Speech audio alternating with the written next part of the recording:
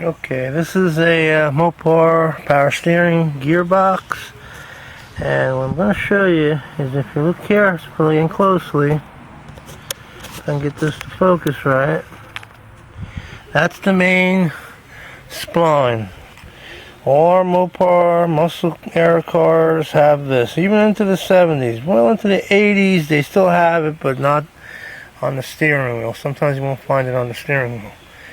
Now, it'll also be on the coupler on the bottom in here. And you see there's a silver mark right there that I marked it with on the top. There's the main cutout from the spline, and if you go up the steering column, I marked it with another silver mark right there, and here it is over here.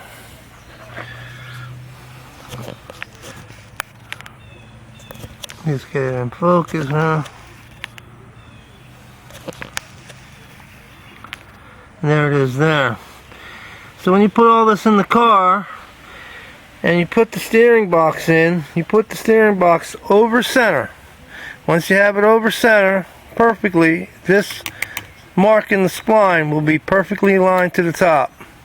Okay, well, Mr. Roboto here, he's holding my steering wheel perfectly straight. And the main splines are all aligned. On the steering wheel there's one, underneath the steering wheel on the shaft on top, and at the bottom at the cap on the coupler, and then one on the steering box. They're all aligned. So here it is. The spline will be on the top. I don't want to take it apart right now. I'm just going to show you. But if you look at the tires that I have right now, they are not straight. This one here is going a little bit to the right, and this one here is also going a little bit to the right. So I'm going to take toe plates just to preliminarily get the toe right, because I'm going to put a tank in this and get this engine running. And I want to be able to move the car back and forth. I'm getting tired of pushing it. When I put the toe plates on, I make sure they're on the edge of the rim. There's little adjusters, you see, little silver and black adjusters on the top. And I make sure the bottom touches the tire. Sometimes I'll do it the other way, but I find this way a little more accurate if it's actually touching the tire on both sides. And then I'll put the tape measures on. Now with the tape measures on, front and in the rear, I will look at the way they look, and I'll straighten them if they need to be straightened. This one here on the other side, definitely sticking out too far, going in towards the body.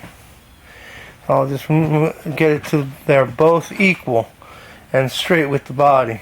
Then I'll fine tune and get the toe in, or zero toe in if I want.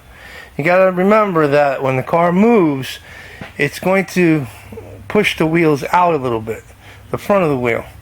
So you might want a little more toe, so when you're going down the road, it pushes it to the correct toe. As you can see, my dart uses the larger diameter tie rod ends, and it's using those power forged adjusters. You can get them from Rock Auto pretty cheap, and they're worthwhile. I really like these. They move very smoothly. Once you unlock the locking nuts from it, it moves very smoothly, and if you keep them with a little bit of anti-seize longer down the road, you'll be able to adjust and move them very easily. So I'll do that and get the toe where I want it. In the end, I just used a bungee cord to secure it. I got rid of the little studs that go inside the rim. I found that to be a lot easier, and it didn't move. The alignment, the reading was stable. Right now it's reading 69 3/8 back there and 69 1/8 right here. So it's got 2/8 of toe. Now what I'm going to do is I'm going to adjust the tie rod ends, and you do it equally. You do half a turn here, you do the half a turn on the other side in the same direction until you get 1/8 of toe, which shouldn't be too hard. Like I said, these are pretty easy to work on. you need to lengthen this to shorten up the toe. So I'm going to turn it one complete turn at a time, and then I will measure.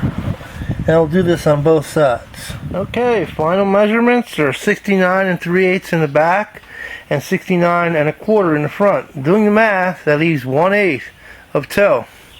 So that's perfect. Another way is to measure from here to the center of the car. If you want to get individual toe, you could do it that way as well. Well, this ends this deal. I'm going to probably do one where I do the caster and camber on it with bubble gauges and set it up and do the ride height. I'll have to check the toe again anyway. I'm just doing this so I can move it in and out of the garage without having to have it turn and go left and right all the time. Alright, thanks for watching.